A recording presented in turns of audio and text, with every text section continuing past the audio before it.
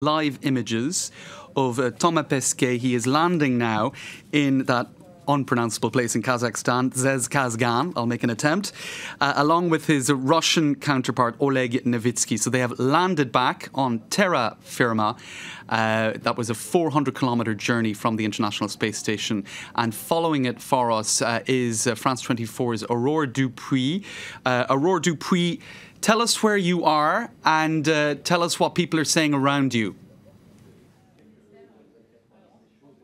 I'm at the moment at the French Space Agency in the heart of Paris, and we've all been watching these amazing pictures coming to us from Kazakhstan live of Thomas Pesquet finally returning home towards, amongst the Earthlings after 6 months spent in space. I'm here with Professor Philippe Arbey. Thank you very much for being with us on France 24. You're a doctor. Tell us about the medical conditions of astronauts in space when they spend 196 days out in the International Space Station.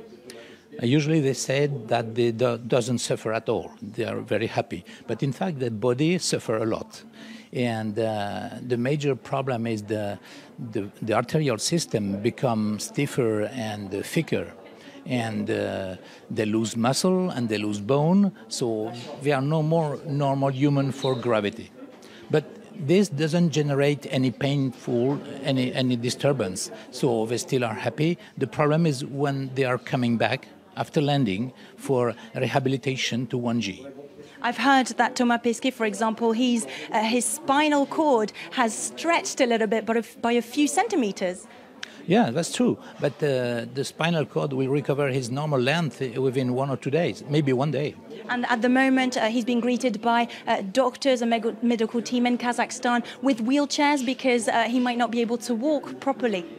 Yeah, the problem is all the sensors in the muscle, on the cardiovascular system, and the brain are no more familiar with 1G. So they have to re-educate. And it needs some days. Otherwise, it may fall and break some bones or have some trauma. And it can take up to a whole year to recover from such a mission. And now, what's going to happen next? We know that he's due to take a helicopter to go to the nearest airport in Kazakhstan to fly to Cologne. What's going to happen there? In Cologne, he will stay at the EAC, European Astronaut Center. And I'm going there within 2 days for making over-examination, for assessing the recovery of different systems. So I'm in charge of the cardiovascular system with a Canadian team, and there is others in charge of the neurologic system, bone, muscle, etc. So they are full of doctors jumping on him for every day for making measurement, and it will last about 2 weeks, everyday examination to see the recovery, and then 15 days again, and then 1 month, and then 6 months, to make sure that all the system will come back to the initial stage.